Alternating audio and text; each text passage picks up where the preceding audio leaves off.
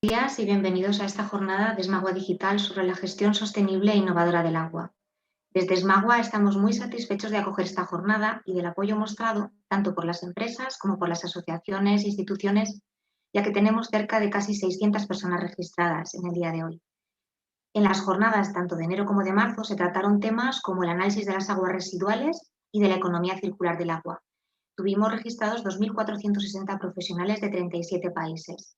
Esto nos da un buen ejemplo de que Smagua continúa siendo el foro de reunión y debate del sector.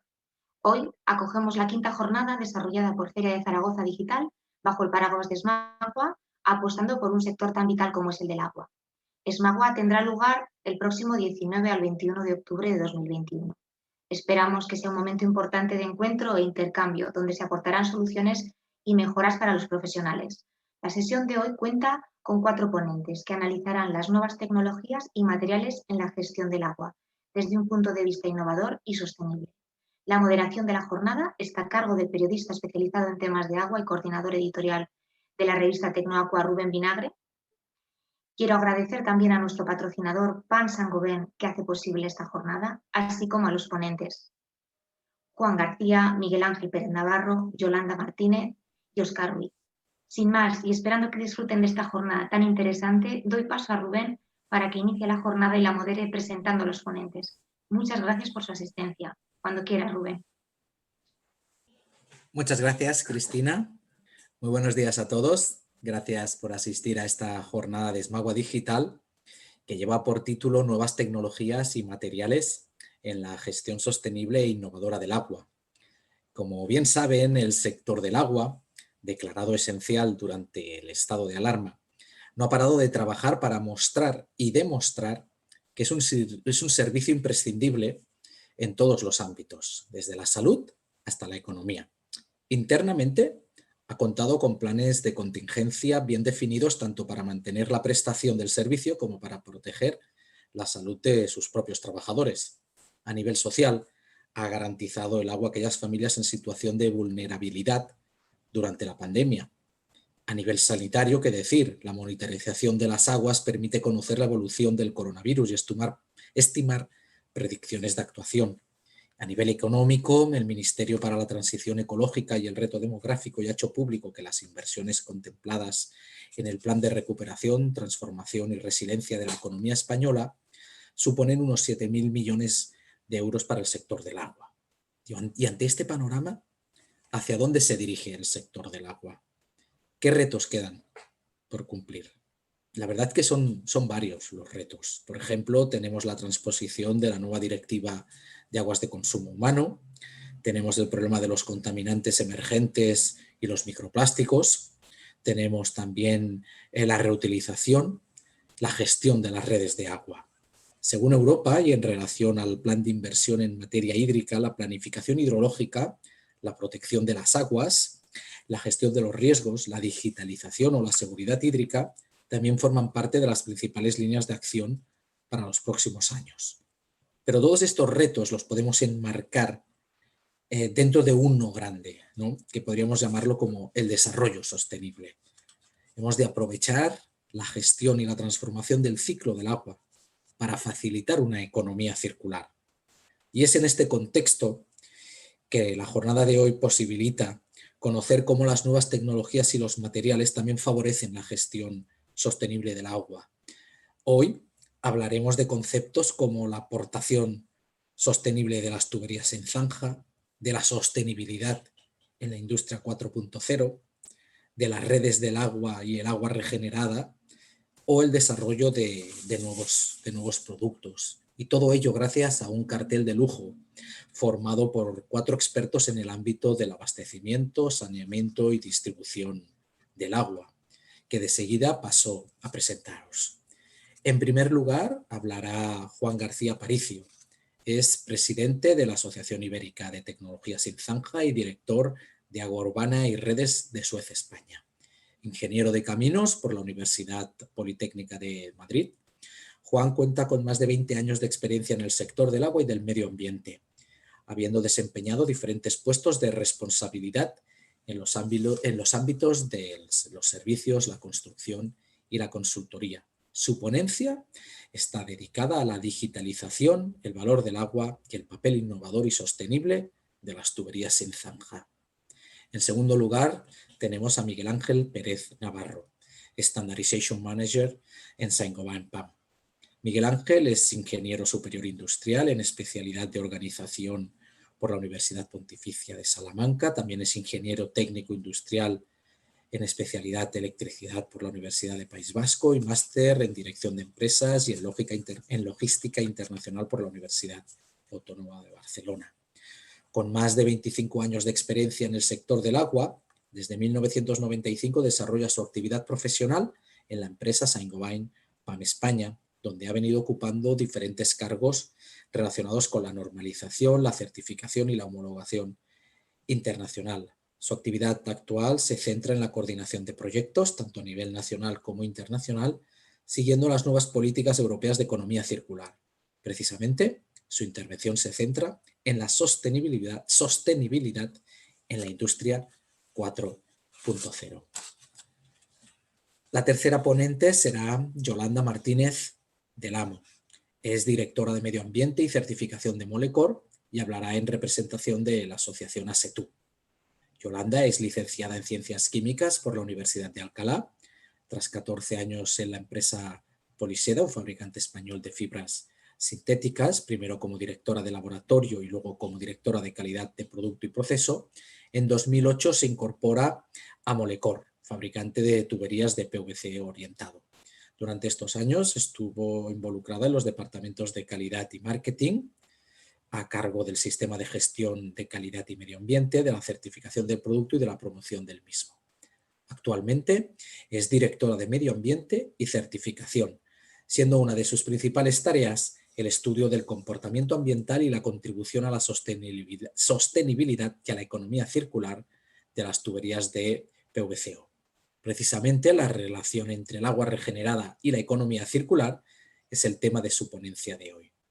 Y por último, Óscar Ruiz, secretario técnico del Club del Agua de Zaragoza y profesor titular de Abastecimiento y Saneamiento de la Escuela Universitaria Politécnica de la Almunia, adscrita a la Universidad de Zaragoza. Óscar es ingeniero de caminos, canales y puertos, especializado en hidrología y medio ambiente, con 25 años de experiencia en el desarrollo de proyectos en más de 30 países que cubren todo el ciclo del agua, desde análisis del agua disponible en la cuenca y su captación al diseño y proyecto de obras de protección fluvial, hasta proyectos de conducciones tanto en redes de agua potable como saneamiento de aguas fecales, así como depuración, diseño de vertido y análisis sobre el medio receptor.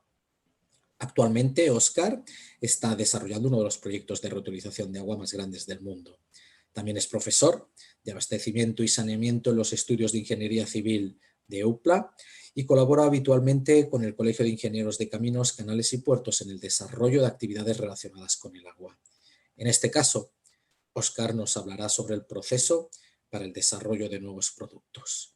Y ya sin más preámbulos, paso la palabra a Juan García Aparicio. Cuando quieras, Juan. Muchas gracias, Rubén, y muchas gracias a Smagua Digital por haberme invitado a participar, a mí y a la asociación pues a la que represento, ¿no? Gracias también a todos los asistentes por acudir hoy a escucharme a mí y al resto de ponentes. Y lo primero que quiero decir es que, Rubén, te felicito por el encuadre que has hecho del sector. Es un encuadre a muy alto nivel, pero muy acertado de cuáles son los retos a los que el sector del agua y todos los actores en los cuales que participamos en él, pues nos hemos visto enfrentados en los últimos 2 años, especialmente la pandemia, y en lo que va a venir, ¿no? De una manera muy humilde, pues yo hoy quiero hacer una rápida... quiero compartir con vosotros de una manera rápida, pues, qué es lo que puede aportar la tubería sin zanja y en especial la digitalización en el sector del agua, ¿no? Voy a compartir una presentación de guía, ¿no?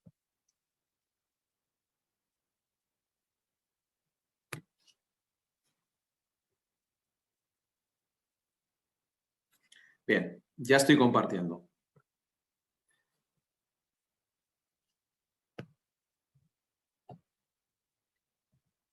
En primer lugar, quiero hacer un encuadre general de cómo está el sector del agua en España de una manera muy rápida, ¿no? Entonces, los mensajes rápidos son que en España la mayor parte de las redes o el parque de redes de agua y de abastecimiento se instalan en los años 60 y 80, ¿no? Estas tuberías, de manera general, ya podemos decir que han llegado al final de su vida útil.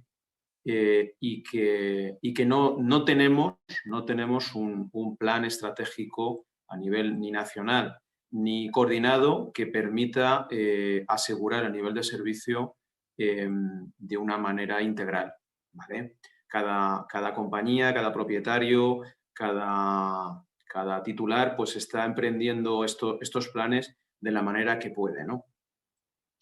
Y es fundamental hacer una inversión eficiente en base a unos planes estratégicos de mantenimiento y de renovación, ¿no?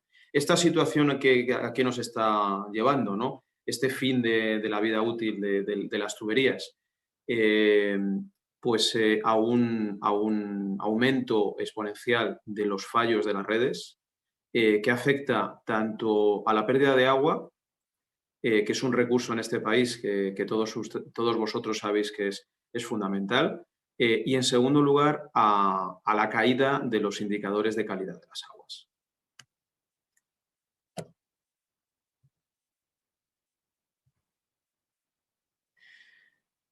Utilizando datos de la Asociación Española de Abastecimientos, pues nos estamos encontrando pues que los niveles de agua o el agua consumida en España que se pierde es aproximadamente el 22%. Es un dato muy superior a la media europea y a la media de países homologables, que además cuentan con tuberías bastante más antiguas que las nuestras, pero con planes de renovación sistemáticos, ¿no? E inteligentes. La inversión que está haciendo España en la renovación de tuberías también es muy inferior a la de países homologables de nuestro entorno, como pueden ser Francia, Italia, Alemania o Reino Unido, catalogando a ellas que esta cifra es un 56% menos. Esto nos lleva a reiterar otra vez pues, que nuestras tuberías cada vez están más envejecidas, que las roturas son cada vez mayores, que los problemas de calidad de agua y las incidencias en cuanto a problemas de sabor, organolécticos, todavía son mayores, y quedaros con una cifra, 56% menos de inversiones, y lo que propone la Asociación la Asociación Española, es que deberíamos estar en una tasa de renovación de la red actual de 2% actual cuando estamos en el 0,6%. De media, hay en algunas de las localizaciones donde se está invirtiendo bastante por encima de ese 2%, pero es que hay en algunas otras que no se está haciendo nada. Esto nos lleva otra vez a proponer que se requiere una necesidad de establecer una estrategia con una visión holística de renovación y mantenimiento preventivo de esta red, ¿no? Otro dato interesante es que esto nos está obligando, la no renovación, a gastarnos el dinero en mantenimientos o en OPEX correctivo de una manera ingente. El mantenimiento correctivo catalogado como OPEX en España es bastante superior a la media europea. Estamos en torno al 0,8%, cuando en otros países pues, podemos estar hablando de la mitad.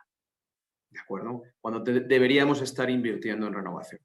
Este escenario del agua en España, del suministro y el saneamiento en España, se encuadra también con una difícil o una limitada acceso a la financiación con fondos propios del sector, ¿vale?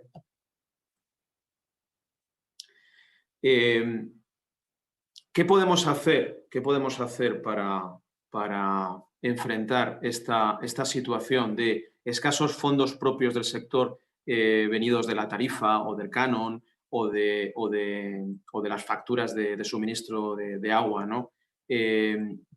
para poder eficienciar las inversiones que tenemos y poder establecer un plan estratégico de renovación inteligente. Desde nuestro punto de vista, no podemos hacer otra cosa que empezar a introducir digitalización en los servicios actuales de agua a alto nivel, pero también a bajo nivel, es decir, en el día a día. Los servicios de agua y el agua en España tiene una gran cantidad de información, de datos.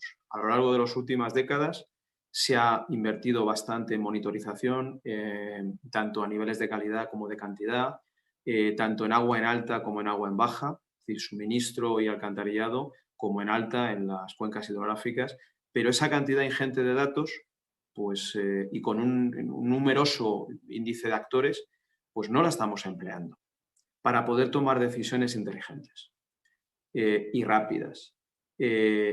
Para eso está la digitalización. La digitalización hoy en día en el sector de agua es fundamental y yo os voy a presentar dos modelos o dos herramientas que se están empleando hoy en día para aumentar o mejorar esa digitalización y esa democratización de las inversiones, agilidad en las inversiones, invertir el euro en el lugar donde más eficiente vamos a tener un retorno más rápido, ¿no? Cruzándolo con riesgos y con peligros.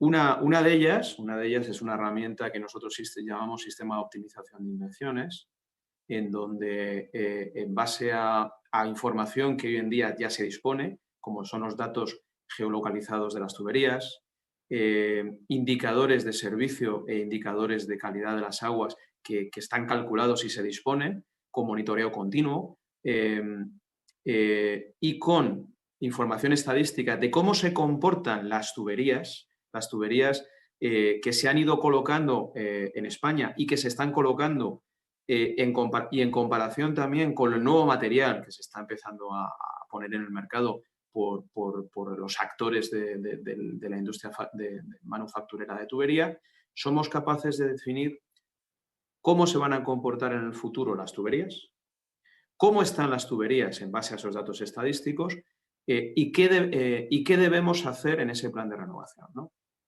Esto lo que me permite, cruzándolo con criterios que veremos un poco más adelante, como son factores de influencia que podemos llamar clientes sensibles, presiones demográficas elevadas, presiones sociales elevadas, definición de tuberías críticas, por ejemplo, una tubería, un abastecimiento que nos da servicio a un parque logístico o a un aeropuerto o a un hospital, acometidas críticas o consumidores o grandes consumidores o consumidores importantes, podemos definir una matriz multicriterio que me permite hacer foco y definir planes estratégicos de inversión con diferentes análisis o escenarios económicos y con diferentes niveles máximos de inversión que define pues, la dirección financiera o el ayuntamiento, la propiedad, el dinero que ellos tienen, ¿no? Para poder garantizar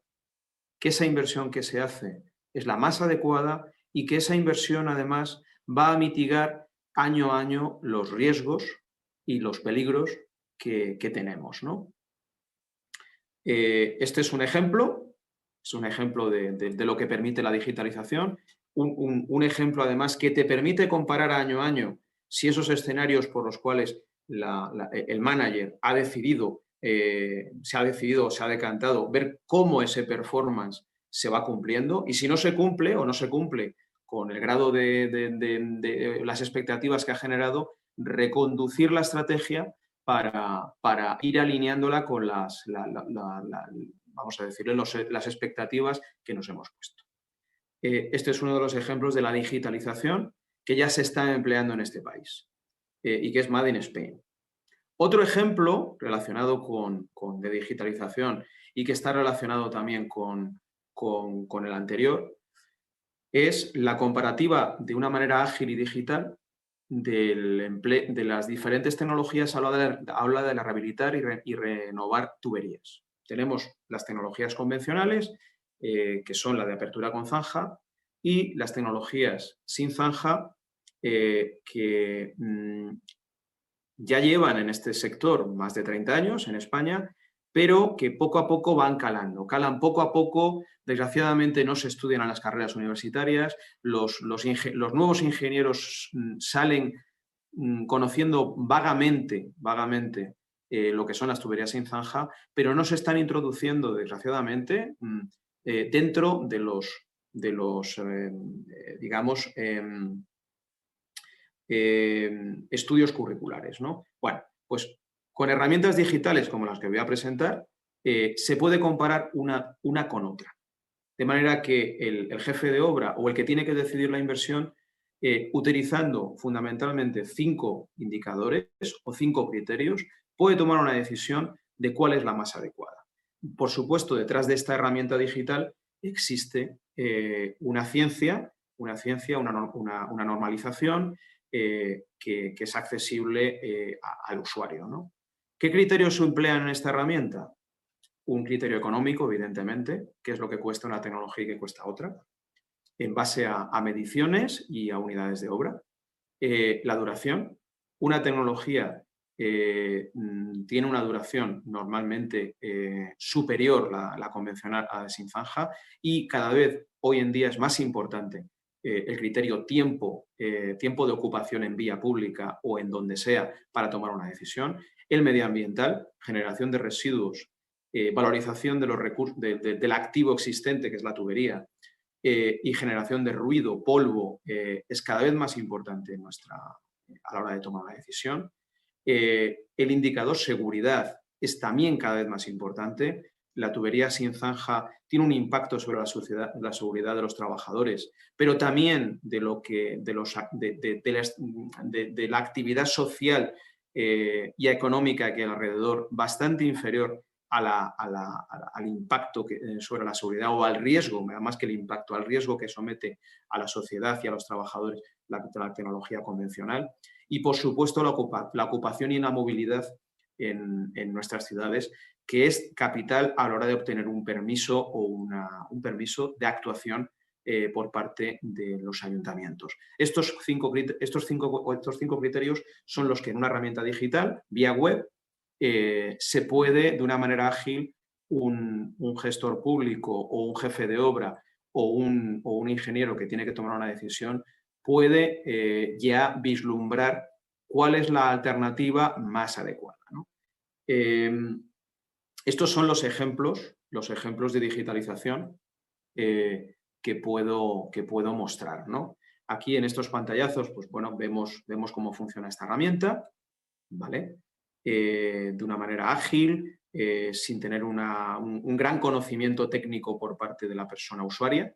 Ya dentro de esta herramienta digital, esta persona puede formarse, incluso consultar mediante documentación PDF, pues a qué corresponde cada tecnología que está cargada, convencional, para que pueda tomar una decisión, ¿no? Aquí es donde vemos, por ejemplo, una comparativa de los indicadores que he mencionado, un presupuesto, una comparativa económica entre zanja y sin zanja, más barato, un 32% en este caso sin zanja, un tiempo de ejecución inferior, un 60% inferior para tuberías sin zanja, el ruido, estamos hablando, también inferior, emisiones CO2 también inferior, ¿no? No todas las comparativas que van a salir favorables a sin zanja, eso ya también os lo adelanto, ¿eh? No tiene trampa esto. Hay en casos en donde la tubería sin zanja no tiene por qué ser la más adecuada.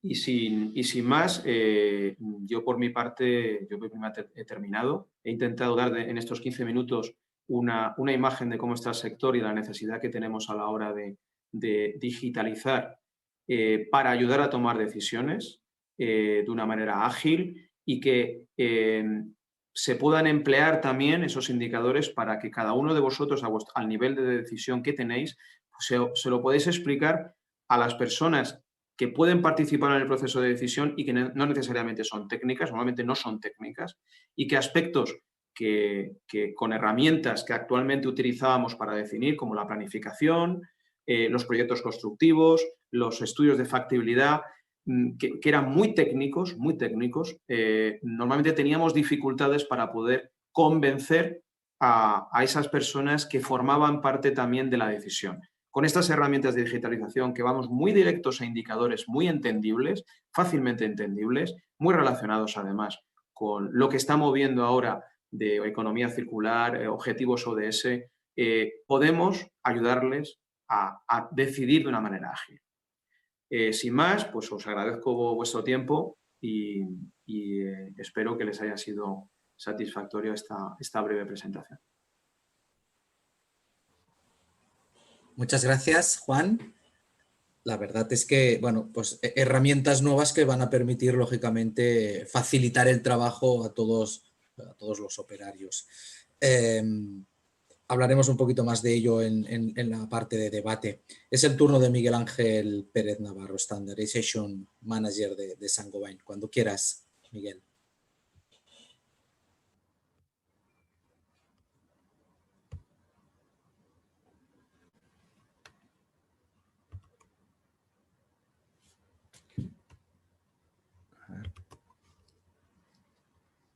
Sí, ¿se ve la pantalla ya?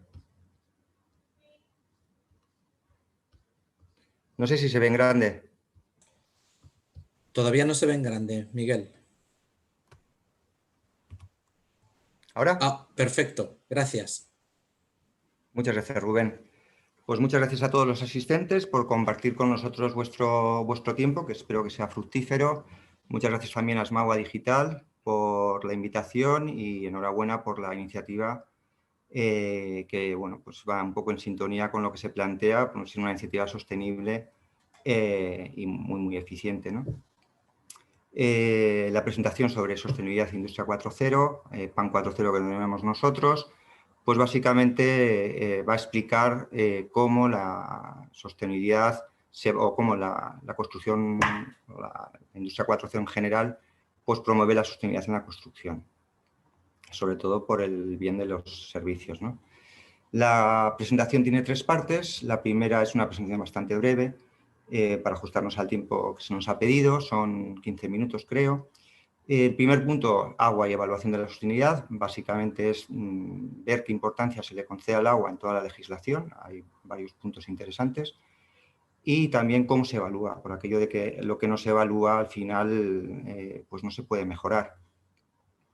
El segundo punto ya es más centrado en la fabricación sostenible, la Industria 4.0, en la que pondremos una serie de ejemplos de cómo nosotros, automatizando la fábrica, automatizando una serie de procesos, conseguimos mejorar mucho las prestaciones finales de los productos, en beneficio siempre del usuario final, ¿no? De los ciudadanos. Y luego unas conclusiones sobre esto mismo. Unas conclusiones breves, pues yo creo que bastante claras y directas. Lo primero que tenemos que tener muy en cuenta es que la contratación pública apoya la sostenibilidad. Lo digo porque si la contratación no lo hiciera, pues difícilmente podríamos progresar en este sentido. Importantes son estas 2 leyes que están indicadas, el Real Decreto Ley 3 del 2020, muy reciente, y la Ley 9 del 2017.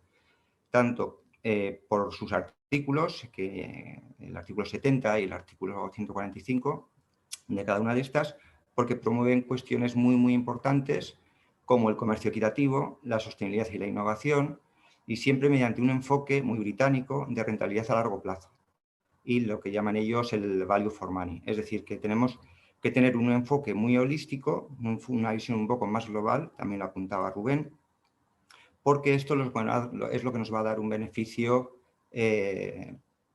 para un servicio mucho más seguro y sobre todo de calidad. Cuando nos centramos solamente en algún aspecto específico y no consideramos esa globalidad, en general no estamos consiguiendo los mejores resultados. Y en la foto que veis a la derecha, pues bueno, hemos intentado simbolizar de forma graciosa precisamente eso, la sostenibilidad y la innovación, que es de lo que se trata, ¿no? Sin agua no hay sostenibilidad. Sé que parece una obviedad, pero también lo comentaba Juan, el déficit de inversión que tenemos en España. Desgraciadamente, la legislación sí que habla de la importancia que tienen estos servicios críticos, servicios que, como sabemos, en pandemia se declararon esenciales, también lo decía Rubén. Y si nos fijamos, por ejemplo, en la Ley de 8/2011, de Ley de Servicios Críticos, ya nos indica que existen una gran dependencia entre las distintas infraestructuras que dan soporte y posibilitan el normal desenvolvimiento en las ciudades, ¿no? Y que además grandes problemas de seguridad se pueden desencadenar en cascada y cada vez pueden ser más graves y con consecuencias peores si no se ha tenido esto en cuenta, ¿no? Y no solamente esta ley, también mencionabais los objetivos del desarrollo sostenible de la Organización Mundial, pues en este caso particular de ciudades y comunidades sostenibles. La gráfica, en el dibujo, la foto que tenéis a la derecha, pues hemos tratado también de simbolizar esto, ¿no? Cómo la automatización nos va a permitir tener productos muy fiables, muy seguros, para garantizar esa sostenibilidad en el agua, en las ciudades, y insistir mucho en eso. Sin agua no hay sostenibilidad. Y no se nos debe olvidar, porque ahora que tanto se habla también de los proyectos tractores, con el objeto de captar las inversiones de los fondos públicos europeos, pues insistir en eso, que es que no hay proyecto tractor que no pueda sobrevivir sin agua. O sea, cuando hablamos de las nuevas tecnologías de cualquier cosa, al final van a dar un servicio ciudadano y ese servicio ciudadano sí o sí va a requerir agua, ¿no? Los servicios esenciales deben ser seguros. Veíamos cómo eso se consideraba en los EDS, en las infraestructuras críticas, pero también existen diversos estudios de vulnerabilidad, ya más centrados a nivel de producto, e incluso el reglamento de productos de construcción. Los estudios de vulnerabilidad insisten en que es necesario tener una gran resistencia mecánica y la capacidad de adaptación a los terrenos, pues digamos la base, sobre todo esos estudios que han hecho en Japón con una incidencia sísmica relevante. Bueno, también hay que pensar que estos productos, estos ensayos, estas obras pueden durar muchísimos años y claro, en 100 años pues, puede ocurrir cualquier circunstancia en movimientos de terrenos, etc. Pero el reglamento de productos de construcción, que define los requisitos básicos para las obras, que se consiguen lógicamente a través también de los productos, pues ya indican que hay que considerar la resistencia mecánica y estabilidad, la seguridad en caso de incendio, la higiene, la salud, el medio ambiente, la seguridad y accesibilidad en utilización, protección frente al ruido, ahorro de energía, y aislamiento térmico y uso sostenible de los recursos naturales, muy necesario, porque vivimos en un contexto en el que los recursos ya se nos han agotado. Como sabéis, desde Europa se está promoviendo la economía circular porque realmente es acuciante esta necesidad cada vez mayor de recursos para nuestras industrias. También indicar que las tuberías de fundición dúctil, que denominadas así, fundición dúctil, en realidad se trata de un producto multimaterial que utiliza la fundición precisamente para eso, para dar una resistencia mecánica y una estabilidad muy elevadas, pero que hace también, lógicamente, uso de otros revestimientos, interiores, exteriores, que pueden ser minerales orgánicos de cualquier tipo, siempre y cuando nos den una mayor prestación para estos requisitos básicos que dice el reglamento de productos de construcción. Entonces, estas declaraciones de prestaciones lógicamente vienen indicados y esto nos permite pues, hacer productos instalables en cualquier circunstancia. Veis ahí, incluso atravesando pues, agua de mar, ríos, etc. Bien, eso en cuanto a la importancia que tiene el agua y ya entrando en la evaluación debe ser completa, como indicamos ahí. Y para que esta sea completa tenemos que tener un marco general no aplicable a la tubería, no aplicable al agua solamente, sino a la obra civil, a las infraestructuras en general. Y para eso tenemos una norma reciente, creo que lleva aprobada 2 años, la 15.643, la parte 5, que define los principios generales para evaluar la sostenibilidad de la obra civil desde cada uno de sus 3 pilares, o sea, el social, el ambiental y el económico. Y siempre teniendo en cuenta un análisis de ciclo de vida completo y unidades funcionales adecuadas. Con esto de ciclo de vida completo quiero decir, en el gráfico que veis en la parte inferior, que hay que tener en consideración pues, todos los impactos y todas las posibles mejoras, tanto en fabricación, desde la extracción de materias primas, como en transporte y la instalación, la explotación final de vida útil y el reciclaje. Bueno, recordaros que ayer precisamente fue el Día Mundial del Reciclaje. Y en la parte derecha pues podemos ver 2 tuberías que pueden ser exactamente igual de sostenibles. Lo único que cambia es su unidad funcional, es decir, que dependiendo del escenario de uso, pues una puede ser más adecuada que la otra. Desde luego que la primera pues difícilmente puede ser utilizada en un escenario en el que sean necesarios altos requisitos de seguridad, por ejemplo, en un entorno urbano, como puede ser el caso de la tubería inferior, en el que efectivamente está verificando pues la completa funcionalidad de todos los requisitos que sean necesarios para este caso. Y ya siendo más prácticos, es más o menos lo anterior, el ecodiseño se basa en el análisis de ciclo de vida, es decir, que nosotros cuando diseñamos, cuando tenemos en consideración todos los aspectos de ecodiseño, pues vemos que consideramos el transporte, consideramos la instalación y el reciclaje, como podéis ver ahí. Este reciclaje se ha hecho hace muy poco en el País Vasco francés, se reutilizó la tubería antigua, ya con más de 80 años en servicio, para la fabricación de tubería nueva. Y luego, muy importante, porque también creo que lo decía Juan, la importancia del agua, ¿no? Aquí esta es una obra en la que podéis comprobar que hay un monje ya bendiciendo. Yo creo que eso se nos está olvidando, que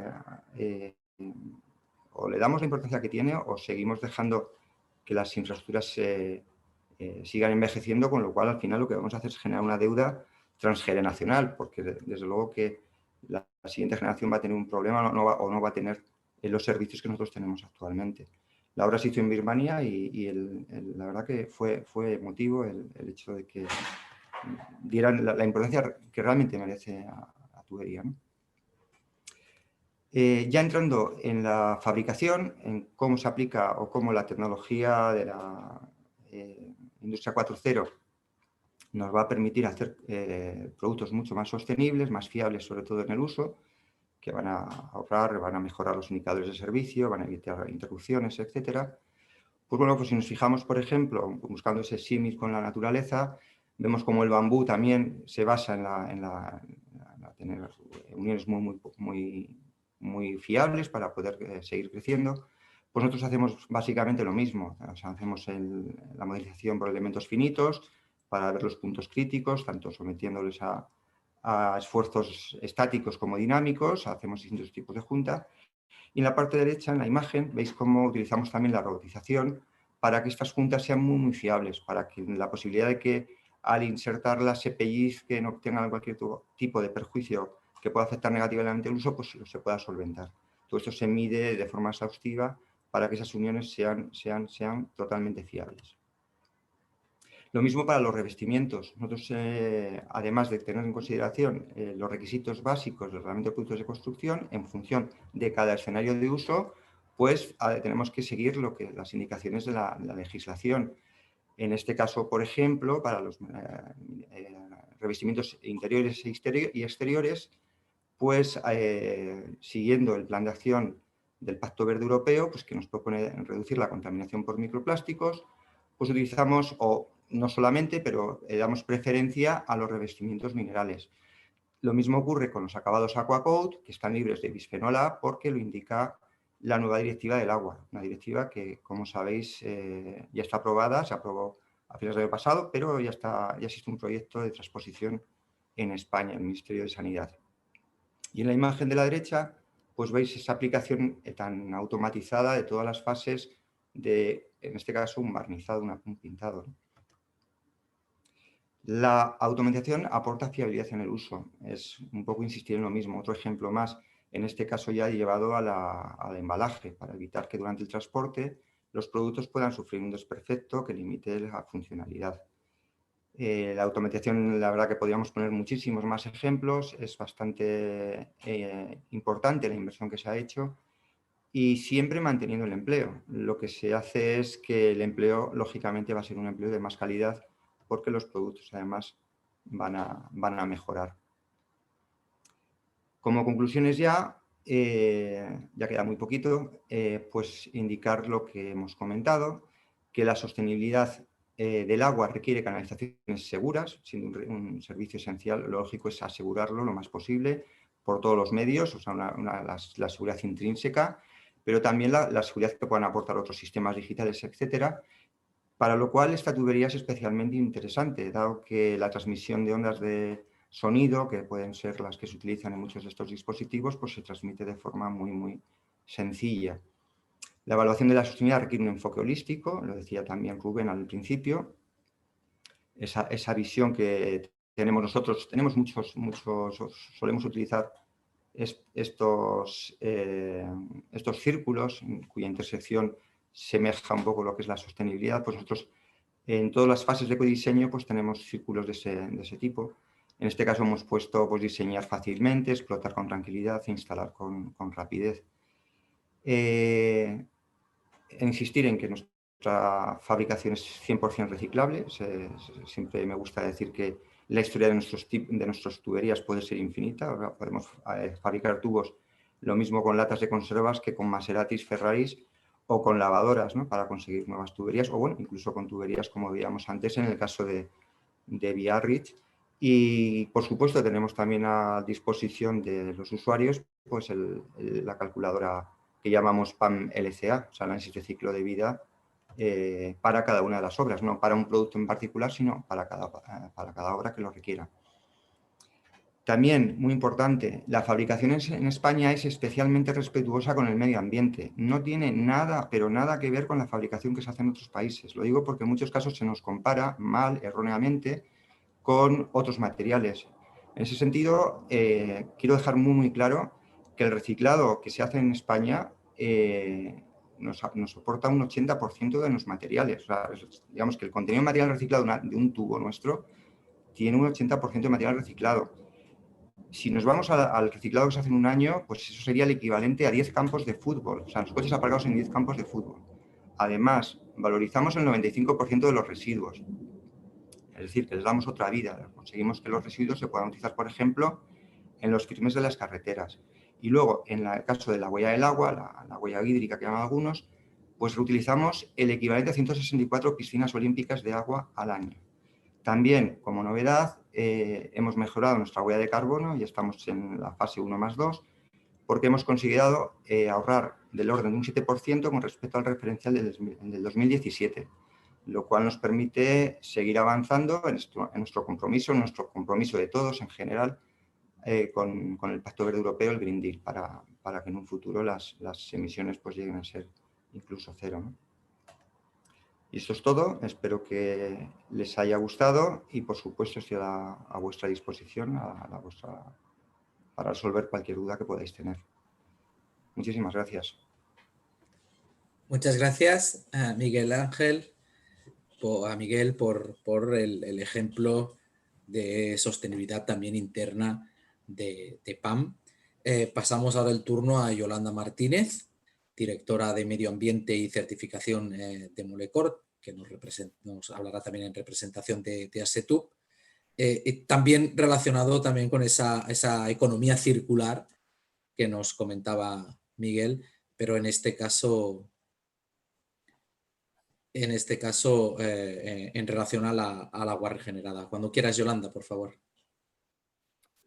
Pues muchas gracias, Rubén, por tu presentación, por el estupendo puesto en contexto que has hecho del sector del agua y también dar las gracias a Smagua por permitirme, en nombre de ASETUB, presentar la contribución de las tuberías plásticas a la economía circular, ¿vale?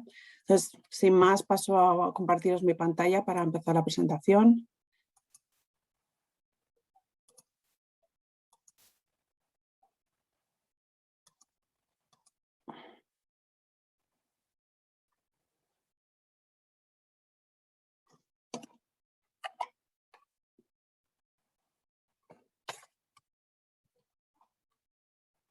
Perdona que se ha compartido el escritorio doble.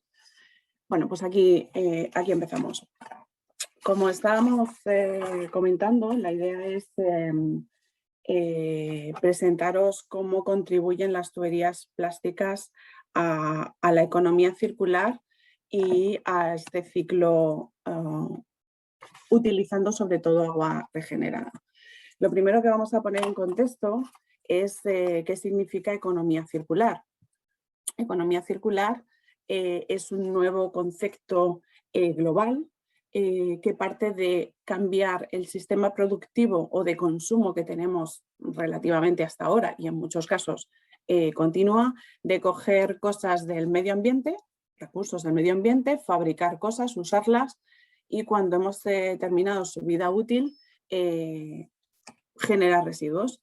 El concepto de economía circular se basa en tomar esos recursos de la naturaleza, pero con criterio de diseño para producir de forma sostenible, usar esos productos y reutilizarlos todo lo que se pueda para conseguir conseguir que esos residuos se conviertan en nuevos recursos y que el porcentaje de residuo final sea muy, muy pequeño.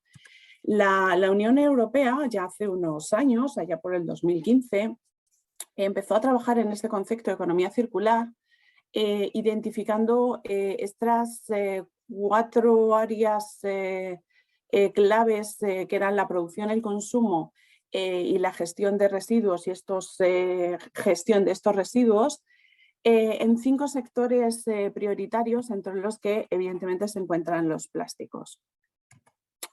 Cuando se hizo este estudio de qué sectores podrían generar mayor impacto en esta economía circular, como digo, los plásticos fue uno de ellos, básicamente debido a su altísimo potencial económico y a la creación de empleo que generan. Sin embargo, sí que puso un par de peros, como era que el porcentaje de reciclaje y reutilización era relativamente bajo y, como todos sabemos, porque es un tema que está en actualidad, que había un importante abandono de plásticos en el entorno tanto terrestre como marino debido a la mala gestión de estos residuos que se está realizando. Por ello, unos cuantos años después de lanzar este plan de economía circular, desarrolló una estrategia para los plásticos cuyos objetivos eran frenar esta generación de residuos y abandono en el medio ambiente, mejorar la calidad de estos plásticos reciclados que se generaban tras la vida útil de los productos y reincorporarlos como recursos e incorporando esta industria del reciclado en la economía industrial y en favorecer, como decíamos antes, la economía circular que estaban planteando desde Europa. Fijaros si esto es algo importante en la Unión Europea, que hace ya a finales del 2019 se creó la Circular Plastics Alliance, que pretendía, que ha puesto como objetivo que en el 2025, es decir, ya, se deben de estar reutilizando 10 millones de toneladas de plásticos reciclados en nuevos productos, con lo cual hay un reto muy importante y una apuesta en Europa muy importante sobre este tema. En la economía circular debemos participar todos, desde las administraciones poniendo, como antes comentaba algún compañero, estas reglas y estas exigencias, por supuesto el sector industrial, pero también cada uno de nosotros como ciudadanos y consumidores de estos productos. Los objetivos de la economía circular, como estábamos comentando, pasan por ecodiseñar productos que mejoren la reciclabilidad de estos productos y aumenten su durabilidad, fomentar esta reutilización y el reciclado y mejorar esa gestión de residuos para que esos residuos se conviertan en recursos en nuevos mercados. Beneficios de contribución total a la sostenibilidad, como veíamos, tanto desde el punto de vista ambiental como económico como social. Protección del medio ambiente y de la salud, mayores ingresos de reciclar productos en lugar de llevarlos a vertederos o incluso valorizarlos energéticamente y, por supuesto, al fomentar el sector reciclado, una creación de empleo importante. ¿Cómo los plásticos son circulares? Bueno, pues por una parte tenemos que este ecodiseño lo que hacen es que tenemos una durabilidad muy alta con vidas útiles mayores de 50 años, con altísimas resistencias tanto química como mecánica y no degradación por no corrosión electroquímica, ¿vale? Una gestión eficiente de estos recursos hídricos por esta fiabilidad y estanquidad que presentan las uniones entre las tuberías y un menor consumo de energía en todo el ciclo de vida. En todas las etapas del ciclo de vida, desde la extracción hasta el uso del material, pero con especial hincapié en la fase de uso, sobre todo en las redes que funcionan bajo bombeos, es decir, que necesitan energía para poder funcionar. Y luego, en la parte de reutilización y reciclado, pues por una parte, porque todos los fabricantes utilizamos material reciclado dentro de nuestros procesos de fabricación de distintos tipos. Tenemos ausencia de sustancias peligrosas en nuestras formulaciones que hacen que el material sea apto para conducir agua potable y no peligroso para la salud humana. y, como estábamos comentando, cuando los materiales ya no se pueden utilizar dentro de nuestros procesos productivos, se reutilizan en la fabricación de nuevos productos plásticos. Como estábamos viendo, las tuberías plásticas tienen puntos de contribución en todo este ciclo de vida, desde el ecodiseño hasta la valorización de los residuos. Para ello tenemos varias herramientas, entre ellas la normalización, que establece las reglas de cómo hacer las cosas, y luego, por otra parte, la certificación de estas normas, que lo que hacen es mostrar el compromiso que tiene la industria plástica y la transferencia que quiere mostrar a la sociedad. Y para ello, por ejemplo, desde ASETUB, ANAIP, hay dos plataformas, como son la plataforma MORE y el programa Operation Clean Sweep, que, como veis ahí, uno de ellos contabiliza y gestiona el uso de material reciclado que tenemos no solo en España, sino que son programas europeos, incluso la Operation Clean Sweep a nivel mundial, y el Operation Clean Sweep, que hace el compromiso de evitar la liberación de granza o cualquier forma de microplásticos al medio ambiente y contribuir a este contaminante emergente que están saliendo en muchos puntos, incluidos, por ejemplo, la nueva directiva del agua que comentaba antes Miguel.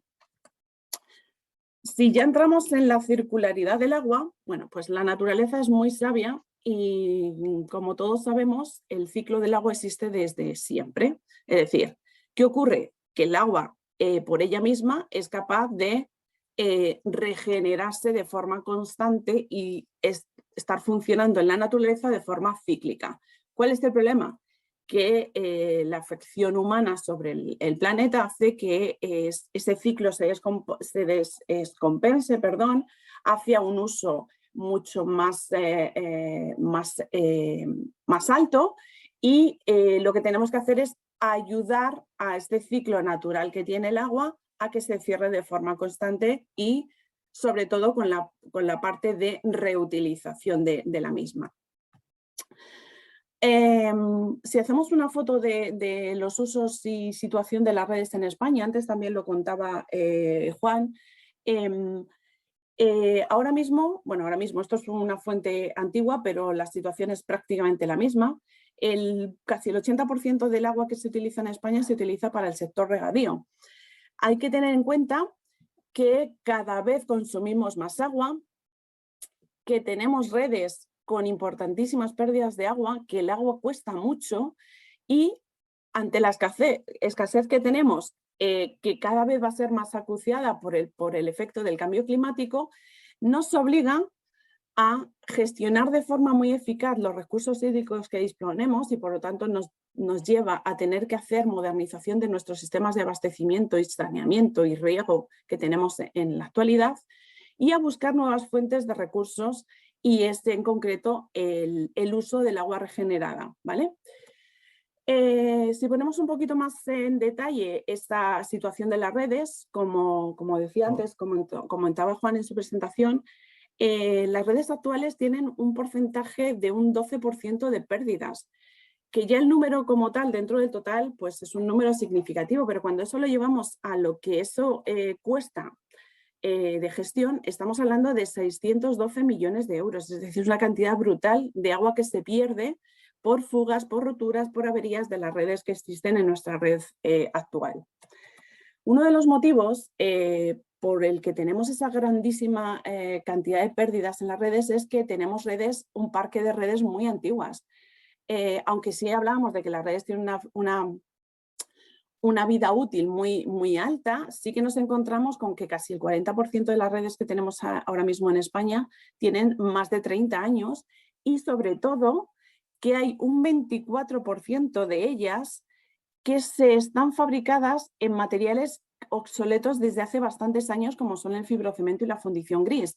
Es decir, que son materiales que ya ni se utilizan y que evidentemente no van a tener 30 años, van a tener muchísimos más, y van a contribuir de forma importante a estas pérdidas que estamos viendo. Ahora mismo ya tenemos un problema de escasez de agua que nos obliga a buscar estas nuevas fuentes de recursos hídricos, pero es que esto va a ir a peor. Los datos que se manejan de estimaciones son que dentro de nada, de 10 años, casi la mitad de la población mundial vamos a estar en esta situación de estrés hídrico y, como digo, irá peor porque seremos cada vez más habitantes, tendremos más consumo de agua y aunque ahora se ha empezado a luchar de forma importante contra el cambio climático, todo esto se va a afectar todavía más por estos problemas de situaciones de sequías, etcétera, etcétera. Ahora mismo, en cualquier foro en el que nos encontremos, desde la Dirección General del Agua en el Ministerio de Transición Ecológica, desde el propio Ministerio a nivel de transición ecológica, en las direcciones generales de Europa. Si os fijáis, tenemos todos estos TIC. Tenemos que dar una nueva vida al agua para proteger el clima. Agua crucial en la transición verde y ecológica de Europa. El cambio climático hace imprescindible cambiar el modelo de la gestión del agua. Es decir, ahora mismo todo el foco en Europa, y como sabéis, al final todo esto va arrastrando a muchos otros países del mundo, está enfocada en que el agua es un sector prioritario en la gestión para conseguir esa transición ecológica y contribuir a la economía circular. Si veis lo que dice el Pacto Verde Europeo, que para el que no sepa, es una estrategia que ha puesto la Unión Europea, que se ha propuesto que en el 2050 Europa sea el primer continente climáticamente neutro.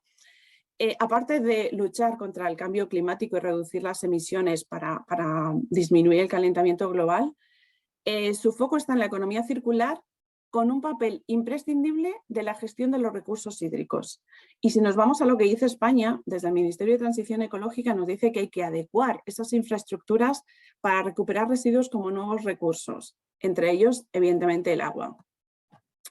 Si nos vamos a una depuradora, a un servicio de depuración de agua urbana, vemos que aquí hay una contribución muy alta a esta economía circular y esta reutilización de los recursos.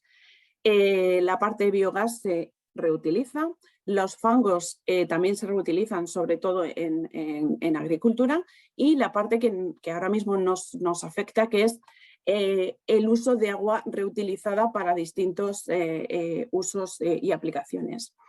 El problema está que dentro de este ciclo del agua, aunque si bien depuramos una cantidad muy importante de agua que sale de nuestro uso, solamente un 7% se reutiliza como nuevo recurso, con lo cual tenemos un trabajo muy importante que hacer en este campo.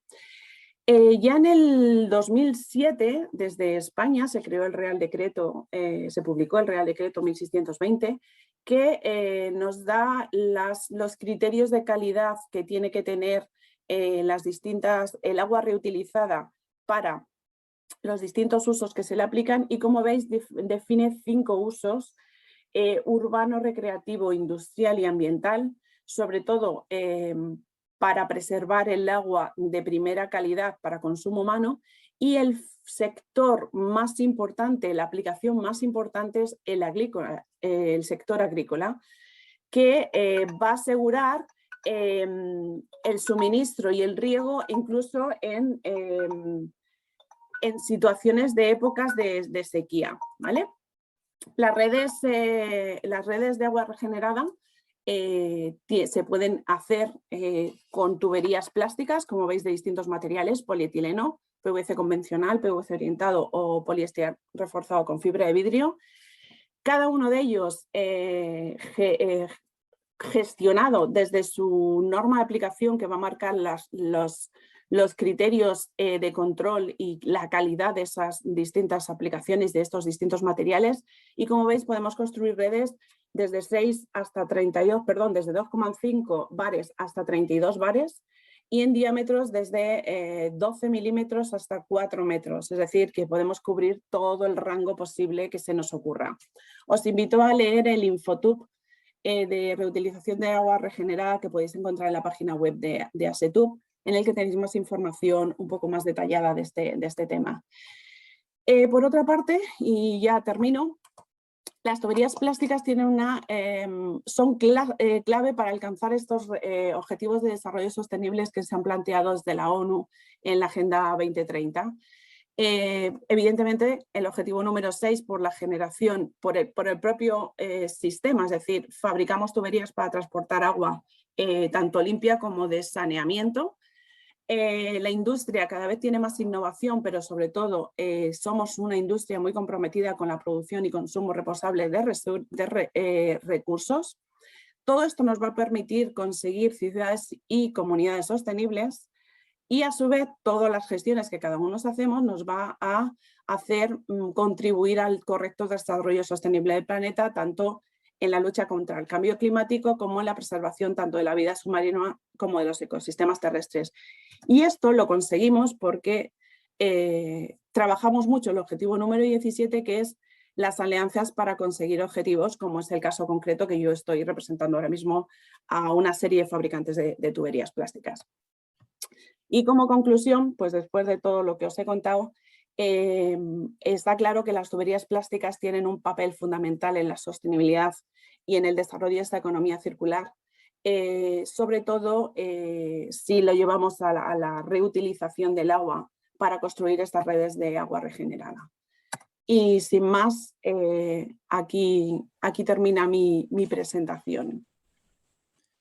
Muchas gracias, Yolanda, por tu presentación. Nos quedamos también con ese inicio que nos has comentado del ecodiseño de productos, porque nos da pie también a descubrir lo que nos explicará a continuación Óscar Ruiz, que es secretario técnico del Club del Agua de Zaragoza y profesor de abastecimiento y saneamiento de la Escuela Universitaria Politécnica de la Almunia, que precisamente nos quiere contar cómo es el proceso para el desarrollo de nuevos productos y descubrir si el ecodiseño pues también tiene su papel ahí.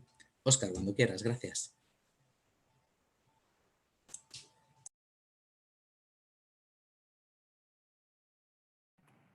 Aquí está. Sí, vale. Muchas gracias, Rubén.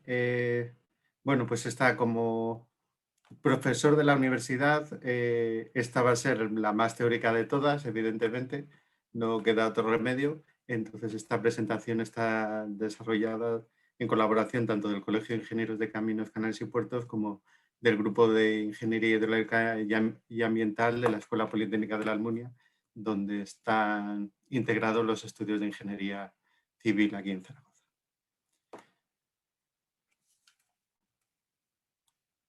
Bueno, esta va a ser la presentación, una descripción, lo que es primero qué es el producto, las fases en el desarrollo de un nuevo producto y finalmente pues algunos ejemplos de productos desarrollados en la universidad para ver lo que se puede hacer. Lo primero, ¿qué es el producto? El producto es algo que se ofrece a un mercado con la finalidad de que se le preste atención, sea adquirido, usado o consumido con el objeto de satisfacer un deseo o una necesidad. O sea, que queremos crear algo para que alguien lo compre y que satisfaga un deseo o una necesidad real o ficticio. O sea, si tú creas algo, hay veces, y seguro que todos podemos tener en mente cosas que realmente no necesitamos, pero compramos. Y luego este producto va a tener unas características. Parte de estas características van a ser propias del producto, su diseño, su color, su forma, sus dimensiones, su calidad, su precio, y otras van a ser agentes externos. La reputación del vendedor, los servicios del vendedor, la garantía o la marca. No es lo mismo si estás en una obra, que te ofrezcan una tubería de Saint-Gobain, por decir uno de nuestros presentadores, o que te llegue con una tubería de fundición fabricada en China. Pues una cosa tiene marca y otra cosa, pues bueno, fabricado en China. y el precio o la calidad, pues todo el mundo tenemos en mente el efecto que puede tener el precio o la calidad en nuestro punto de vista sobre un producto. Volviendo a la marca también, como ejemplo más sencillo, esto puede evolucionar. Si hace 20 años nos ofrecen un producto Samsung, pues decimos, bueno, estos coreanos, pues no sé lo que es, ¿no? Pero si hoy nos ofrecen un producto Samsung, tenemos otro punto de vista muy diferente a la imagen que teníamos hace 20. Bueno, pues este producto se desarrolla en estas 7 fases, o cualquier producto. Primero, una definición estratégica, qué vamos a hacer, qué queremos crear y cómo va a ser. Luego una fase de diseño de concepto, donde vamos a definir el producto, grandes rasgos, sus elementos principales, si va a tener tuberías, si va a tener bombas, si va a ser mecánico, si va a ser eléctrico, si va a ser electromecánico con software y tal como es hoy en día prácticamente todo. Luego un diseño de detalle donde vamos a diseñar todos y cada uno de esos elementos a su nivel para construir.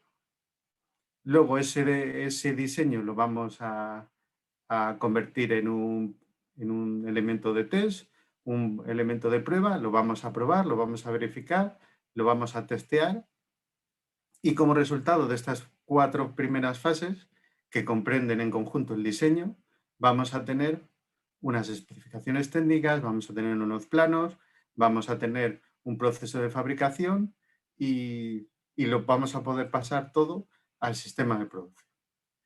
En producción se va a generar el producto, va a pasar al mercado donde se va a ofrecer, vender, usar, probar, recomendar o no recomendar y al final el último paso va a ser el mantenimiento de ese producto y su reutilización o reciclado pues, en las vías de la economía circular que están hablando todos los ponentes anteriores.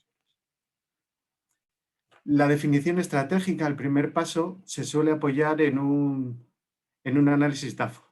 El análisis DAFO tiene 4 partes, debilidades, amenazas, fortalezas y oportunidades, y está dividido como en 2 partes, en una parte interna y una parte externa.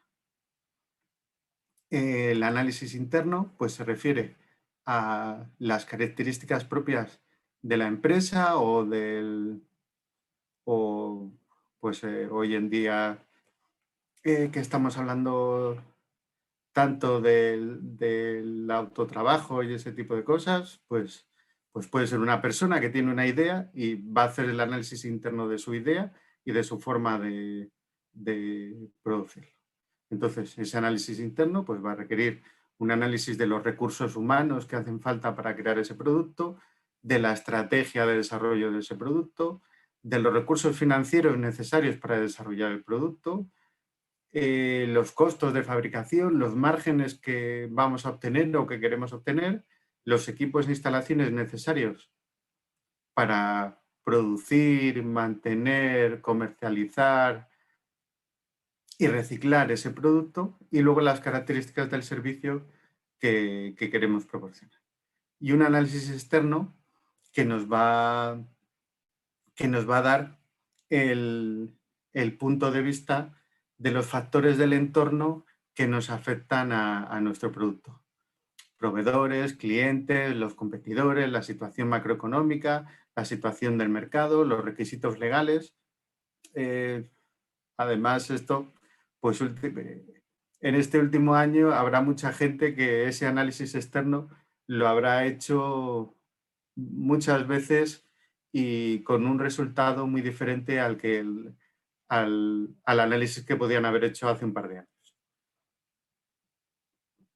Como ejemplos, pues amenazas, pues la competencia, los requisitos legales, sobre todo con un nuevo producto, pues no sé, pues un dron, quieres desarrollar un dron para lo que sea, pues es complicado, los requisitos legales para poder utilizar el dron. O hoy en día, pues si hablamos, no sé, de proveedores de semiconductores, pues hoy es una amenaza porque no nos llegan todos han oído en las noticias los problemas de que no nos llegan semiconductores, ¿no? Debilidades, pues bueno, pues puede que sea que tengas que crear la necesidad. Fortalezas, si estás situado en el mercado, pues Coca-Cola, Apple, pues su propia marca, desarrollen lo que desarrollen, pues se va a comprar, da igual lo que sea. Y oportunidades, pues bueno, pues si es una idea nueva que estamos aportando, pues puede que no exista. Si no existe en el mercado, pues tenemos una gran oportunidad porque no tenemos competencia. Las metodologías de diseño tradicional se basaban en un método secuencial. La especificación del sistema que tenemos de esa definición estratégica se transforma en un diseño mecánico, después en un diseño eléctrico, después del hardware, después del software, después el control, ya tenemos el prototipo, etcétera, etcétera, hasta el final. Pero estas metodologías tradicionales tenían el problema que si cuando quieres incorporar el control o cuando estás aplicando el software, de repente eso es incompatible con las fases anteriores, pues te tienes que volver prácticamente al principio. Por eso hoy en día se utiliza un método de diseño paralelo. Entonces, todo el proceso de diseño de detalle se desarrolla de forma simultánea, buscando más grados de libertad y optimizar los tiempos. Realmente el diseño paralelo tiene más pasos, porque aquí en esta presentación están algunos combinados, tiene más pasos, más elementos que el diseño secuencial, pero sin embargo, los pasos que hay que dar para completar el diseño son menos. Buscamos la optimización y buscamos también la flexibilidad. Esta transparencia tan fea y siento que esté en inglés, muestra un proceso de diseño en forma de V aplicable al diseño paralelo o concurrente. Si empezamos de la izquierda, en el brazo izquierdo de la V que va bajando, son los distintos procesos, el avance en el proceso de diseño del producto, desde las especificaciones y requerimientos a los distintos diseños cada vez más complejos. Cuando subimos en el brazo derecho de la V, estamos en la integración de todos los sistemas y el desarrollo del producto. Si vamos de izquierda a derecha, cada vez en ese avance bajando y subiendo, cada vez tenemos un desarrollo mayor, una madurez mayor del producto que estamos desarrollando.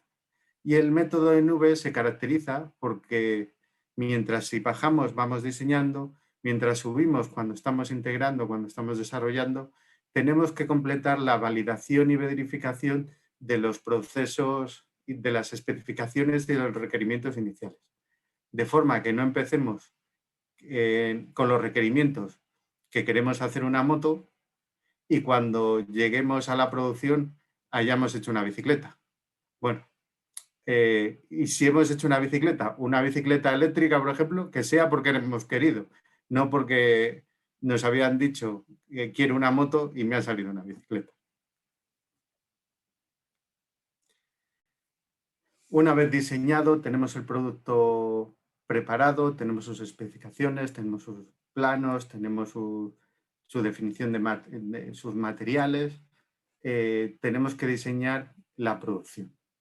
En la producción lo que tenemos es unos insumos, energía, materiales, manos de obra, capital, información, que los vamos a meter en un sitio, lo vamos a mover y con esas 2 sacudidas vamos a tener unos bienes o unos servicios que es el producto que queremos obtener.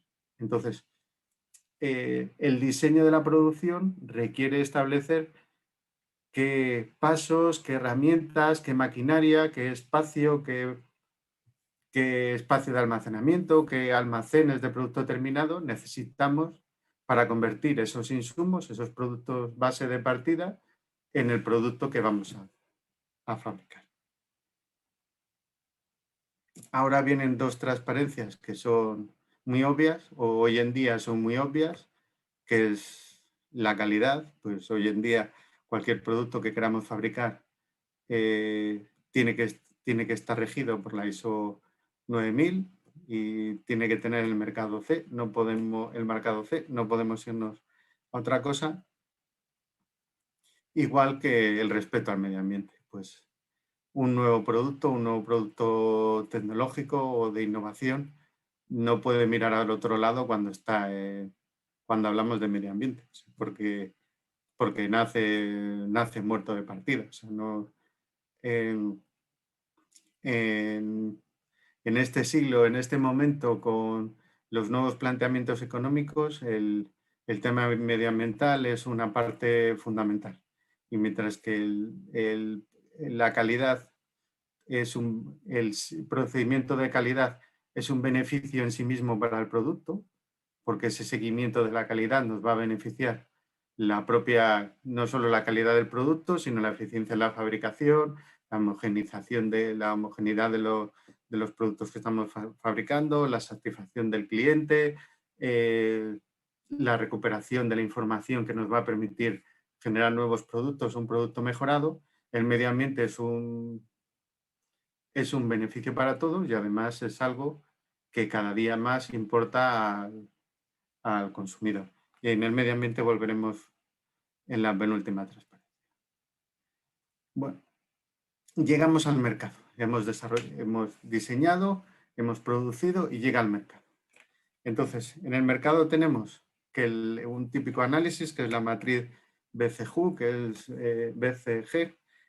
es BCG es de Boston Consulting Group, que es una matriz de crecimiento-participación que desarrollaron pues, en el Boston Consulting Group y que publicaron en los años 80, creo recordar, ¿no? Pero bueno, es una matriz que relaciona la tasa de crecimiento del mercado con la cuota de mercado. Entonces, además se divide así en 4 elementos muy simpáticos: producto interrogante, producto estrella, producto vaca y producto perro. Ahora lo vemos cada uno de ellos, pero un producto va a seguir estas 4 fases. Un producto interrogante, la introducción, cuando el producto nace en el mercado, tiene poco volumen de ventas, crece poco a poco, no tienes beneficios o más bien tienes pérdidas y tienes pocos clientes y competencia. Luego eso va creciendo y empiezas ya a tener empiezas a ganar dinero con ese producto y entonces estamos en la fase de crecimiento, pero todavía tienes que invertir para desarrollarlo, para ponerle en conocimiento de más gente y empezar a competir con esa competencia que será creciente. Llega un momento de madurez donde ya no tienes que hacer gran esfuerzo por producir por innovar, por producir, por empujar ese producto, sino simplemente ya está recogiendo beneficios y llega un momento que aquello entra en declive y ya va desapareciendo el mercado. Poner un ejemplo rápido, pues un smartphone, pues en 2007 no existía el smartphone y ahora podríamos decir que está en plena madurez. En volumen de ventas máximo, es imposible que crezca más el mercado, los beneficios pues serán más o menos estables, me imagino, un mercado masivo y una competencia altísima. Pero no sé, el otro día en una obra me encontré a uno que usaba un Nokia. Pues el Nokia fue un producto vaca durante una temporada, pero en 2007, cuando se creó el smartphone, de repente murió. Se convirtió en un producto desastre. Ya nadie quería el Nokia. Bueno, luego se llevaría, una vez que está en el mercado, un mantenimiento, un servicio técnico, pues hablando desde la universidad, es nuestro principal defecto. O sea, una universidad puede crear un producto, pero no puede mantenerlo. No tiene los recursos ni la justificación de que tenga un agente para atender llamadas, para hacer reparaciones. Para eso no tiene sentido dentro de la universidad. Sí que tiene sentido en la empresa privada. Y ya el reciclado, pues en el desarrollo del producto tiene que estar planteado cómo voy a reciclar ese producto. Y los ponentes anteriores han hablado claramente de ello. Y ya para terminar, sin pasarme mucho del tiempo, pues aquí tenemos 4 productos desarrollados por nuestro grupo de investigación relacionados con el agua y varios ya con patente y uno, bueno, 2 con patente y uno en paso, en camino. Ahora lo voy a señalar. Este elemento de aquí, que digan unas cosas blancas con unos palitos, bueno, estos son unas plataformas para flotación de macrofitas. Aquí se ven un poco al fondo, se ven las plantas ya crecidas. En otra de las balsas, pues esto es un proceso de depuración en pequeñas comunidades que tenemos en la Almunia en colaboración con el Instituto Aragonés del Agua, donde estamos probando distintas tecnologías para hacer lo más barato posible estos desarrollos. Y entonces uno de los elementos que hemos desarrollado pues es una forma económica de mantener estas plantas en flotación y a la vez permitir el desarrollo de las plantas lo mejor posible.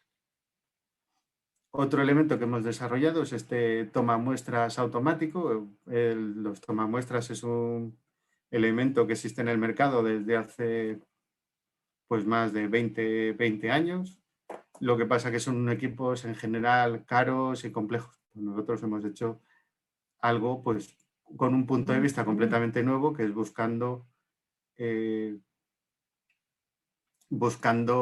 la economía y la sencillez. Y por último, pues por ya terminar, un respirómetro, que es un elemento que permite controlar el desarrollo del proceso biológico de depuración, comprobar su funcionamiento. Y nada más, que me paso mucho de la hora. Gracias por su atención y gracias a Smagua por invitarme a dar esta conferencia. Muchas gracias, Óscar, por la explicación. Vamos a entrar ya de lleno en la parte de preguntas. Os agradecemos a todos las preguntas que nos habéis lanzado en el chat y miraremos de dar respuestas a todas. Vamos muy ajustados de tiempo, no sé si será posible, pero lo vamos a intentar. Para empezar, una primera pregunta sería para Juan, ¿vale? Nos comentan si podrías citar, os pedimos a todos los ponentes, por favor, a ver si podemos ser muy rápidos en las respuestas, así podemos dar entrada a más. Dice, para Juan, ¿podría citar unas buenas razones para decantarse por las tecnologías sin zanja frente a otras tradicionales? Gracias por hacerme esa pregunta, Rubén. Bien, ¿qué ventajas tiene a día de hoy la tubería sin zanja frente a las convencionales, ¿no?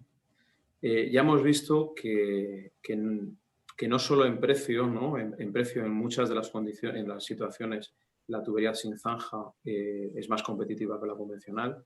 En especial, en la última década se han introducido tecnologías, pero también materiales que son muy competitivos frente a los materiales tradicionales y que nos permiten utilizar la tubería sin zanja en muchas condiciones. Pero luego estamos viendo que los aspectos medioambientales en la ciudad son fundamentales. La tubería sin zanja emite mucho menos CO2. Las condiciones de generación de polvo y ruido en las ciudades es muy inferior también. Cada vez más ciudades están estableciendo condiciones muy restrictivas en este sentido, que ya obligan al promotor a introducir este tipo de tecnologías, que son las únicas que pueden asegurar el cumplimiento de estos objetivos. Pero no solo eso, sino que ya hay ciudades que están exigiendo que el activo existente, que es esa tubería, que a lo mejor tiene 30, 40, incluso 100 años, que hasta hace poco se estaba dando por perdida porque tenía fisuras o tenía roturas, hay que renovarla, hay que reactivarla, no vale con ponerla a nuevo, ¿no? Sino que tenemos que garantizar una valorización de ese activo, ¿no? Las tuberías sin zanja nos permiten valorizar un activo que hasta ahora estaba completamente amortizado, ¿no? Y finalmente, en las ciudades cada vez es más complicado obtener un permiso de obra debido a que las obras convencionales provocan impactos importantes en la movilidad, en la ocupación del espacio público y que no solo afectan, como digo, a la movilidad, sino que afectan también al desplazamiento, al libre desplazamiento de los peatones y de acceso a las tiendas o a la actividad económica, ¿no? La tubería sin zanja minimiza esta ocupación tanto en tiempo como en espacio, ¿vale? Estas son las razones que a mí se me ocurren en este momento de una manera breve. Muchas gracias, Juan. Para Miguel Pérez, también dice que en la presentación ha mencionado el concepto de unidad funcional. A ver si nos podría dar más detalle de a qué se refiere. Muchas gracias, Rubén. Pues sí, es una buena pregunta. La unidad funcional se refiere a, es la unidad de referencia que se utiliza en las declaraciones de sostenibilidad en general y se refieren a la unidad de medida en función de los escenarios de uso. Es decir, que siendo el metro y el diámetro los conceptos necesarios, otras prestaciones que puedan comprometer pues, esa seguridad o que hagan vulnerable ese servicio pueden ser tenidas en cuenta, como puede ser, por ejemplo, pues la resistencia al fuego en una instalación de protección contra incendios o en un túnel, por ejemplo, ¿no?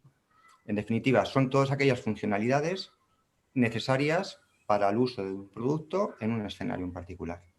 Y de todos modos, está definido en una norma, la UNE 15804, y básicamente también es la base de las comparaciones. O sea, cualquier comparación debe definir claramente los escenarios de uso, con esas funcionalidades asociadas. Gracias, Miguel, por la aclaración. Tenemos otro también para Yolanda, que nos dice, en mi entorno he escuchado el término de preconsumo hablando de reciclado, pero ¿a qué se refiere exactamente este término? Bueno, pues eso es la pregunta casi del millón, junto con la de la unidad funcional. La verdad es que el tema reciclado es uno de los hot topics que tiene ahora mismo la Unión Europea encima de la mesa, ¿vale? En contexto con esto de economía circular, ¿vale? Como pilar fundamental. Entonces, antes había material reciclado en general, bueno, pues ahí entraba todo. ¿Cuál es lo que está ocurriendo? Que ahora mismo Europa, en este afán de querer mejorar la gestión de estos residuos y potenciar este reciclado, está empezando a definir bien los flujos y a llamarlos de distinta forma. Yo en mi presentación decía que los fabricantes de plásticos utilizamos todos material reciclado en los procesos productivos, pero dependiendo del material y de la norma que esté en este momento vigente, se puede utilizar solo propio saldo de fabricación, material externo que se llama postconsumo o material reciclado preconsumo. Y ahí es donde va la definición. Pues al final, en este detalle, en este detallar qué es cada cosa, en las últimas normas que se están desarrollando en Europa, se ha definido material preconsumo, material reciclado preconsumo, como aquel material que sufre alguna modificación de reprocesado de tu propio saldo de fabricación, de forma que no se puede utilizar directamente en tu proceso productivo sin hacerle esa modificación. Esa modificación puede ser interna o puede ser externa, ¿vale? Y de ahí otras pequeñas diferencias entre internal preconsumer o external preconsumer.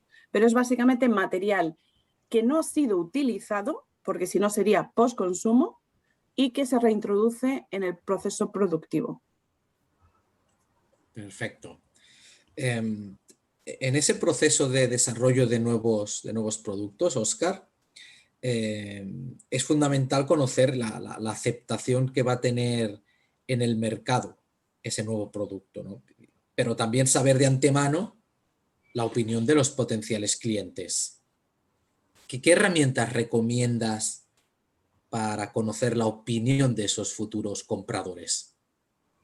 Sí, hoy en día la metodología que se utiliza para conocer a los deseos o los intereses de los futuros clientes es la metodología QFD, Quality Function Development, en español despliegue de la función de calidad, que son unas palabras que no significan mucho porque viene de de una traducción de 3 ideogramas japoneses que transformarlo en palabras normalmente es complicado, ¿no?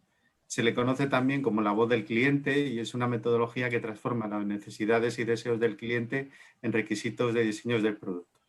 Entonces se hace un cuestionario a modo de encuesta con unas directrices concretas, muy marcadas, con un proceso denominado modelo Kano que define cómo tienen que ser esas preguntas.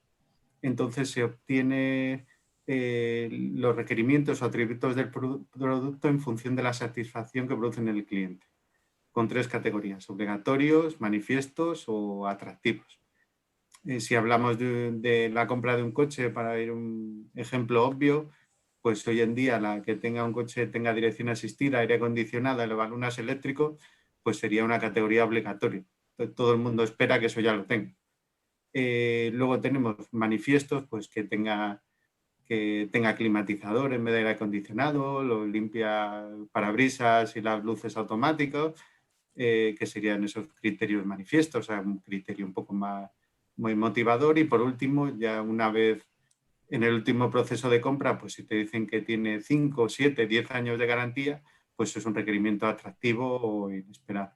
Y en esa metodología, la Quality Function Development, es lo que se utiliza hoy en día para conocer la voz del cliente. Perfecto. Una pregunta dirigida, yo creo que es global para todos. Me decís a ver quién puede responderla. Son 2 preguntas, pero bueno, las aglutino en una porque más o menos vienen a decir lo mismo.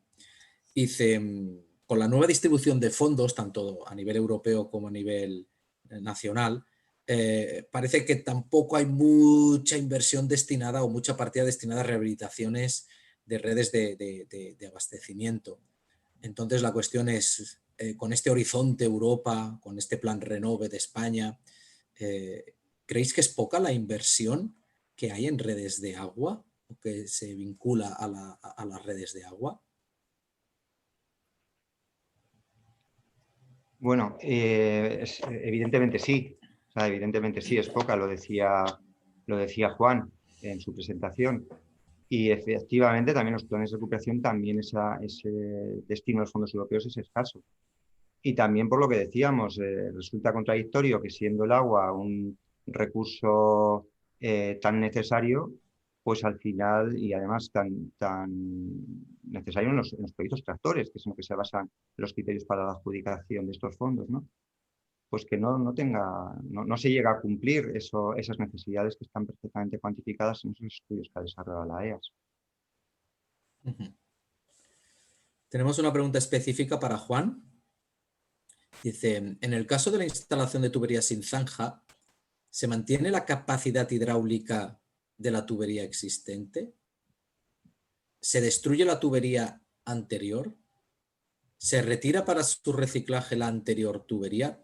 Como es un poco en el proceso de cambio de una rehabilitación, pues todas estas situaciones, ¿no? De qué pasa con la tubería anterior, si se destruye, si se recicla. ¿Es un tipo de instalación pensada para situaciones especiales o solo para uso general?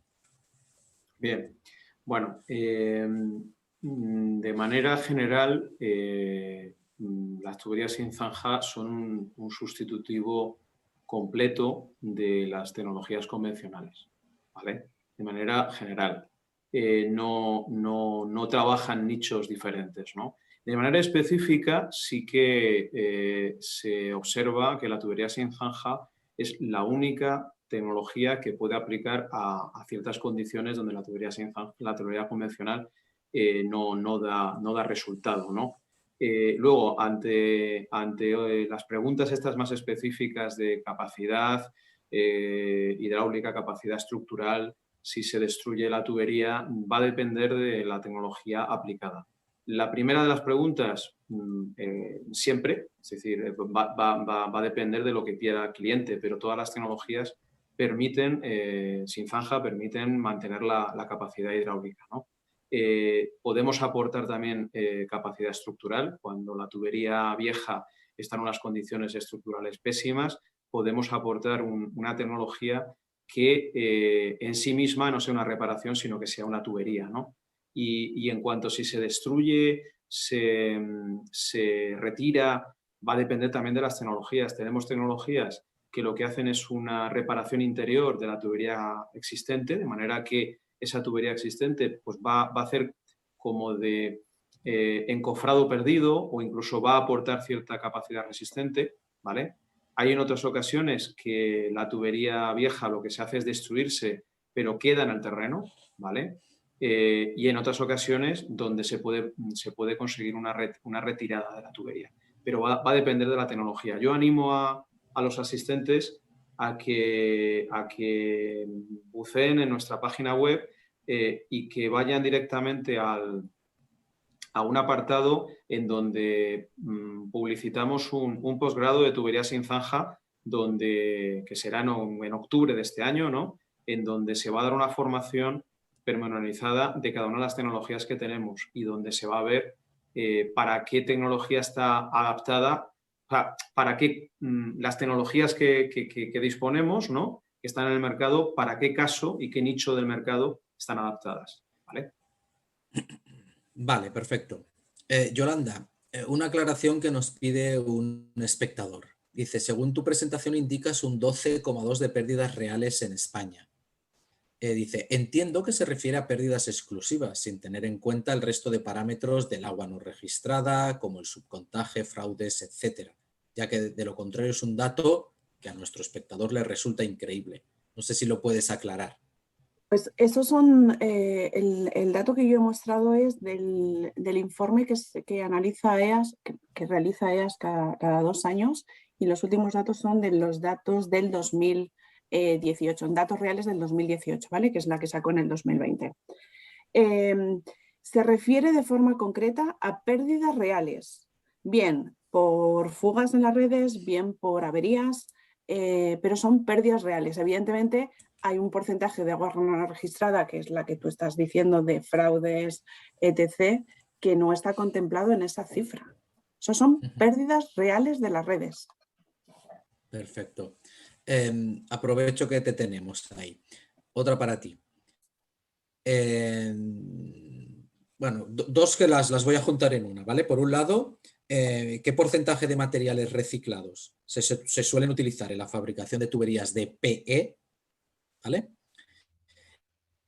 Y segunda, si uno de los principales problemas que presenta un PE actual convencional de cara a labores de inspección interna es su color negro interior, ¿no se han planteado nunca las empresas integrar la capa interna de un color viable para ello?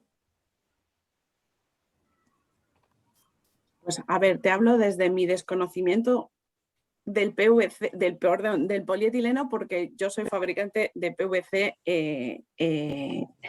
orientado en este caso, ¿vale? Pero con lo cual, quizás si necesita una explicación, pues la podemos remitir directamente a Setup y alguno de mis compañeros fabricantes de polietileno se la puede explicar con mayor exactitud. Ahora mismo, como digo, desconozco lo que es la norma del polietileno al detalle. Entonces, no sé si hay establecido algún límite directamente en la propia norma o también depende del criterio del fabricante, ¿vale? Porque en función de los criterios del fabricante, aunque la norma te permite utilizar, me voy a la del PVC orientado, que es la que conozco en profundidad. La norma te permite utilizar material reciclado, en nuestro caso solo interno, pero no te dice el porcentaje. Entonces, ahí va a criterio. Y con respecto a lo de la viabilidad de poner un material en la capa interna donde se vean, entiendo que se quiere decir los defectos no sé muy bien a qué se refería en concreto con esa parte de poner una capa interna de distinto color. Al final lo que se trata de hacer, para poner un color interno en la parte inferior, tú tienes que hacer una coextrusión. Al final es unir dos tuberías en una que tiene una fase de interfase entre esas dos capas. Entonces, de lo que se trata, o los materiales plásticos en general, al menos los utilizados en abastecimiento y riego, normalmente son tuberías compactas que no llevan esa coextrusión. como te digo, contesto más por sentido común que por conocimiento en detalle del polietileno, con lo cual si me lo remite a mí o remite a Setup directamente la pregunta, le podemos contestar en más detalle. Perfecto.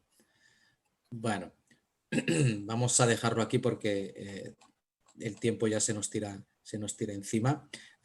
Muchas gracias, Yolanda, muchas gracias, Miguel, muchas gracias, Juan, y muchas gracias, Óscar, por haber estado esta mañana presentando todas estas soluciones sostenibles para el sector del agua, sobre todo encaminando hacia las redes de agua. Y ya por último voy simplemente a dar paso a Cristina López, de Feria de Zaragoza, quien se va a despedir de nosotros en esta jornada de hoy. Muchas gracias a todos. Muchas gracias, Rubén. Muchas gracias, Rubén. Como los buenos árbitros has encuadrado y moderado la jornada y además nos has ofrecido una visión muy enriquecedora. Gracias de verdad por la dedicación prestada. Gracias también a todos los asistentes, en especial a nuestro patrocinador Pan Saint-Gobain y a todos los organismos que han hecho posible esta jornada, especialmente a los ponentes por vuestras interesantísimas presentaciones y a las entidades que representáis. Gracias a todos por vuestro compromiso y apoyo.